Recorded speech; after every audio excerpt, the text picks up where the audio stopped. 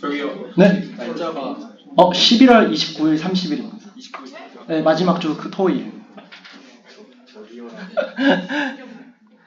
네, 제가 바로 세미나 순서로 발표 시작하겠습니다. 일단 오늘 발표할 주제는 사실 세미나 끝나고 뭐 안 해가지고 일단 전에 읽었던 논문들 한번 정리해볼 겸 세미나로 준비해왔습니다. 일단 기본적인 논문들은 다 3D 논문들이라서 가볍게 짚고 넘어가겠습니다.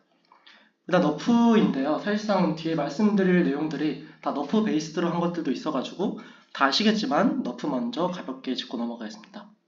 너프는 사실상 노블브 신데시스 모델인데 결국 뭘 하는 모델이냐, 카메라 시점과 그 해당 시점에서 촬영한 이미지 쌍이 여러 개 주어졌을 때 이 시점 입력이 없는 카메라 시점에 해당하는 장면을 새로 만들어내는 것입니다. 그래서 입력과 출력을 보면은 입력으로 3D.x와 방향 d가 주어지고 출력으로는 컬러와 덴시티 값이 나오는데 이걸 또 어떻게 렌더링하냐 하면은 맨 마지막에 나오는 식으로 렌더링을 하게 됩니다. 결국 이 썸메이션을 하게 되는데 컬러 값 앞에 붙어있는 항을 곱해서 썸메이션을 하게 됩니다. 그럼 좀 컬러 값 앞에 붙어있는 항들이 뭐냐? 결국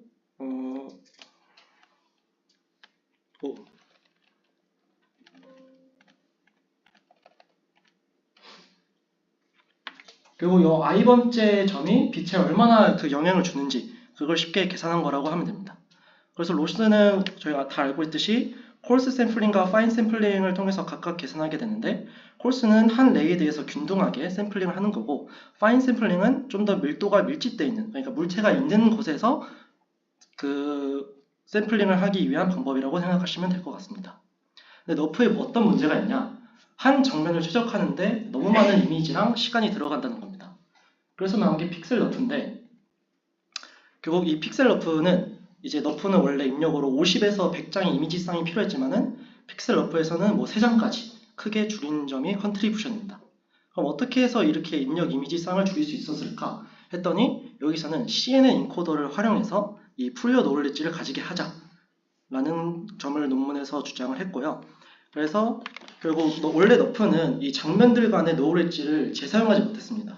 그러니까 한번 학습시키면은 그 한 씬에 대해서만 사용할 수 있는 거죠. 그거를 이제 CNN을 통해서 계산했다 하는데 이게 픽셀 너프의 구조입니다. 그리고 어떻게 하는 거냐면은 이 전체 시퀀스를 한번 다 같이 살펴보면은 입력 이미지가 있으면은 이걸 이제 CNN 인코더에 넣어서 이제 피처 맵을 형성합니다. 그 다음에 여기 보면은 타겟 뷰에서 한 픽셀에 대한 레이 그리고 각 복셀 S에 대해서 2D 인풋 이미지로 투영이라는 말이 있는데 이게 무슨 말이냐? 결국 여기서 아래 보면 타겟 뷰가 보이시죠? 저희가 만들고자 하는 타겟 뷰입니다. 여기서 이제 3점을 하나 골라가지고 그걸 이제 인풋 이미지로 프로젝션 시키는 겁니다. 근데 이게 프로젝션 해서 피처를 거기에 해당하는 피처를 잡아 뽑는데 프로젝션한 값이 꼭 정수가 아니라 그리드에 딱 안 꽂힐 수가 있기 때문에 바이올리니어 인터폴레이션을 통해서 그거를 매칭시킵니다. 바이올리니어 인터폴레이션은 뭐냐? 그 프로젝션 시킨 값이 정확히 정수가 아닌 경우 가로 픽셀이랑 세로 픽셀 한 번씩 해서 가로 세로 한 번씩 인터폴레이션 하는 거라고 생각하시면 됩니다. 그리고 여기서는 주장하는 게 우리는 너프와 달리 오브젝트 기준으로 좌표계를 설정한 게 아니라 입력 이미지를 기준으로 해서 더 좋은 성능을 발휘했다. 왜냐면은 어차피 입력 이미지에서 피처를 뽑기 때문에 라고 논문에서 주장합니다. 그렇게 여기에서 프로젝션해서 나오는 피처 맵에 해당하는 피처를 어떻게 활용하냐?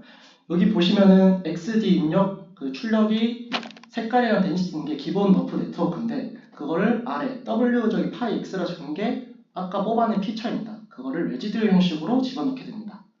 이렇게 입력 이미지가 적을 때는 피처가 레지듀얼 형식으로 사용되는데 입력 이미지가 좀 많다. 그러면은 이 피처를 컨캣해서 넣기에는 너무 커서 풀링해서 사용한다고 합니다.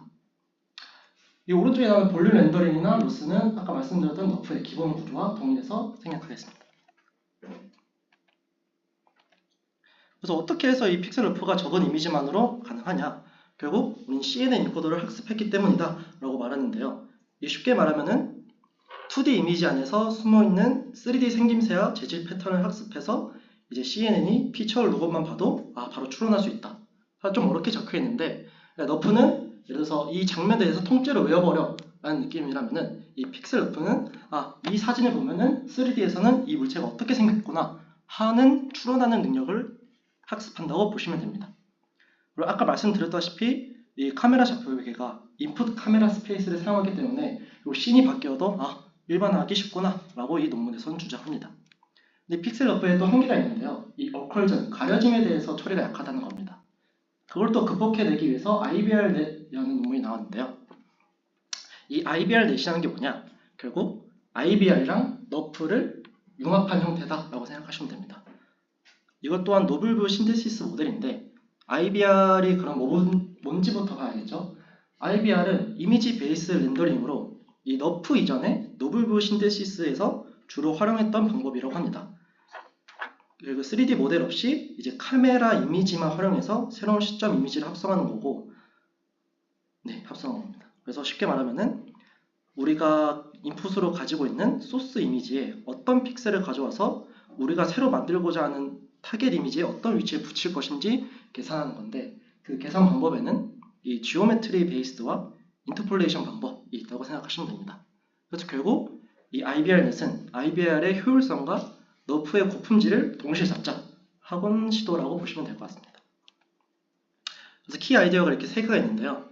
첫 번째는 소스 이미지, 우리가 만들고자 하는 게 아니라 우리가 가지고 있는 이미지 기반 피처를 어그리게이션하고, 그 다음에 이 픽셀러프의 어컬전을 개선시키다 했는데 이거를 웨이 트랜스포머 구조를 통해서 개선했다고 합니다.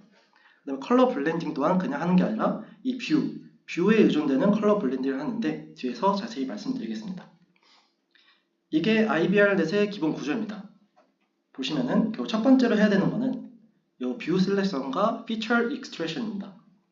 결국 우리가 만들고자 하는 타깃 뷰와 가까운 소스 뷰에서 피처를 뽑아내는데 이 소스 뷰를 어떻게 선택하냐 보면은 여기 왼쪽에 점선으로 되어 있는 우리가 만들고자 하는 타깃 뷰와 비슷한 공간적으로 비슷하고 뷰도 비슷한 저 초록색 이미지들 소스 뷰들을 선택하게 됩니다. 이 소스 뷰를 선택해서 이제 유넷, CNN 넣어가지고 나온 피처를 얻게 되는데 이 아래에 있는 세 개의 튜플이 입력 형태가 됩니다. 첫 번째 II는 저희 가지고 있는 소스 이미지고 PI는 그 이미지에 해당하는 프로젝션 매트릭스, F의 I는 아까 CNN을 통해서 나온 피처라고 생각하시면 됩니다. 이게 또 디테일하게 들어간 구조인데 여기 보시면은 맨 처음에 아까 피처랑 이미지 프로젝션인데 갑자기 여기서는 피처랑 평균과 분산이 입력으로 들어가고 있습니다. 이게 왜 이렇게 된 거냐 하면은 결국 시작인데 아까 이제 각각 n개의 소스뷰에서 뽑은 피처들이 F1, F2 이렇게 있는 겁니다. 그 다음에 그것들의 평균과 분산을 해서 옆에 붙여주는데 이걸 통해서 결국 이 씬 전역에 지오메트리 컨텍스트를 붙여준 거나 다름없다 라고 논문에서는 주장합니다. 그 다음에 여기서 또 동시에 프로젝션 하는데 앞선 논문에서 말씀드렸던 것처럼 바이리니얼 인터폴레이션을 통해서 이제 여기서는 색깔과 피처를 동시에 추출합니다. 여기서 추출한 피처가 저거라고 생각하시면 됩니다. 그래서 결국 이런 입력을 가지고 위로 가면 덴시티로 가는 그 브랜치, 아래로 가면 컬러를 예측해내는 브랜치인데 먼저 덴시티를 예측하는 그 브랜치 먼저 살펴보겠습니다.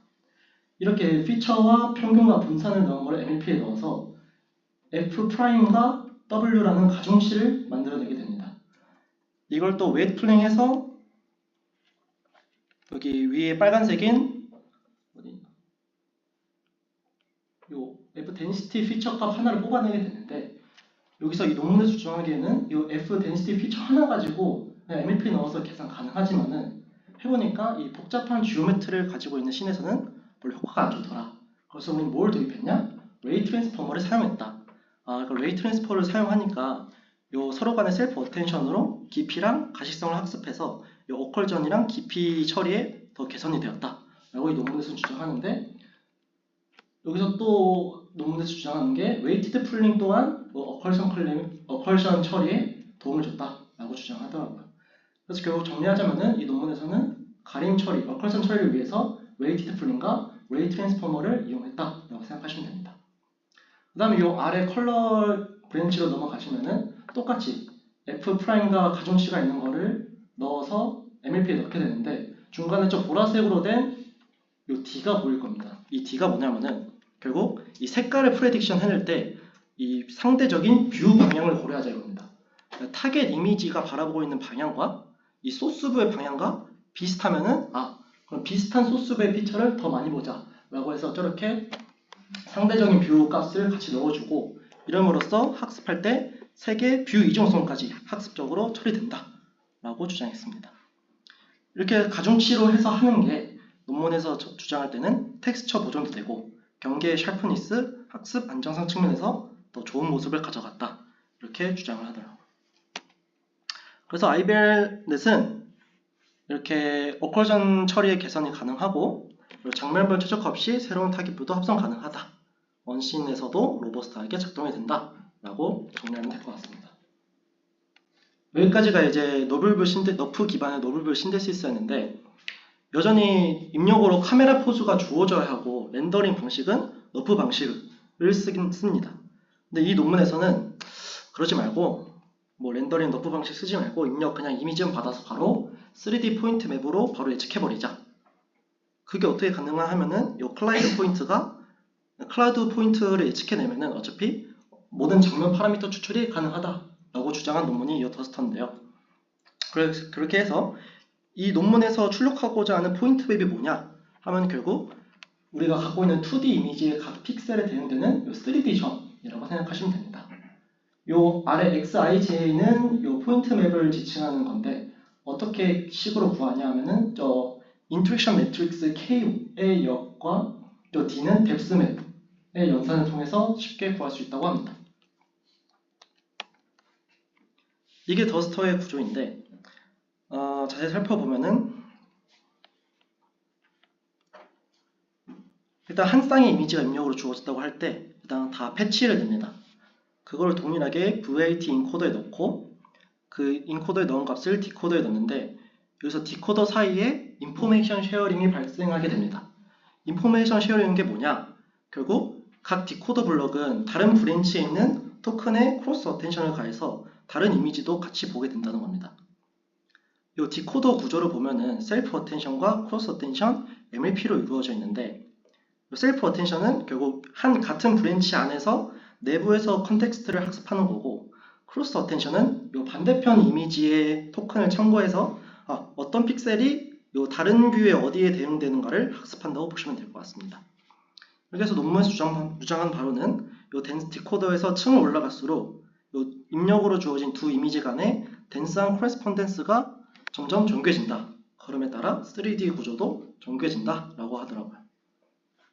그래서 결국 최종 출력은 헤더를 통해서 포인트 맵, 오른쪽에서 보이는 저희가 최종 출력 포인트 맵과 이 컨피던스, 신뢰도가 나오게 되는데 이 신뢰도는 나중에 로스 계산할 때 쓰게 됩니다. 그리고 이 나온 포인트 맵의 좌표를 보시면은 카메라 1 오리진 좌표에 맞추게 됩니다. 카메라 2가 정 떨어져 있는데 이거를 다시 프로젝션 해가지고 카메라 1 좌표계에 매칭시켜서 사용한다고 합니다. 그럼 아까 컨피던스가 로스에 사용된다고 하는데 이 로스를 살펴보시면은 크게 두 개로 이루어져 있습니다. 첫 번째는 3D 리그레션 로스고 두 번째는 컨피던스 어웨어 로스인데 3D 리그레션 로스는 굉장히 쉽게 당연히 그라운드 트루스 포인트 맵과 우리가 예측한 포인트 맵을 스케일 정교화를 통해서 구해주고요. 그 다음에 앞서 구한 컨피던스를 로스에 반영하게 되는데 이 식을 쉽게 된 프로 얘기하자면은 그러니까 컨피던스가 높은 예측에 자신 있는 픽셀은 로스를 크게 반영하고 자신 없는 픽셀은 작게 반영해서 강건성을 로버스트함을 극대화한다 라고 논문에서 주장합니다. 근데 보시면 여기서는 수학 여기까지 왔던 모델 과정 이 논문에서는 수학적 수식이 별로 없습니다. 지오메트리적 수식이. 그것도 여기 논문에서 언급했는데 우린 그냥 포인트 맵으로만 했다. 근데 어차피 이 포인터 맵 데이터 기반으로 학습을 하면서 그 암묵적으로 그 포인트 맵을 만드는 진짜 기하학을 학습할 수밖에 없기 때문에 굳이 안 썼다라고 말하더라고요. 그래서 결국 이렇게 해서 학습한 결과 이 새로운 데이터나 관측론을 만나도 유연하게 로버스트하게 만들어낼 수 있다라고 주장을 했습니다. 결국 이렇게 만든 더스터로 뭘 할 수 있냐?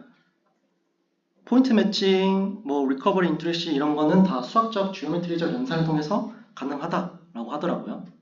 그래서 결국 우리는 이렇게 한 이미지상에서만 진행을 했는데 결국 실제로 인퍼런스 할 때는 여러 장의 이미지를 하기 때문에 이걸 하나로 합쳐야 됩니다. 그럼 하나로 합칠 때 어떻게 합치냐? 그 두 이미지가 합치려고 하는 이미지가 충분히 공통 영역을 갖고 그 다음에 컨피던스 낮은 거는 필터링해서 같은 세계 좌표계로 변환해서 합친다고 합니다. 그래서 더스터가 가진 컨트리뷰션은 뭐냐? 결국 뭐 너프 렌더링 없이 직접 3D 포인터 맵을 예측했고 이제 지오메트리적 수식을 안 넣고 했더니 그래도 암묵적으로 기하 지오메트리를 학습하더라. 그 다음에 로버스트하게도 하고 네, 이런 식으로 글로벌 얼라이먼트도 멀티뷰로 확장이 가능하더라 라고 주장을 하게 되었습니다. 좀 빨리 말한 것 같은데 여기까지 한번 가볍게 정리해봤습니다. 질문 있으신 분? 없으면 다음 세미나로 진행하겠습니다.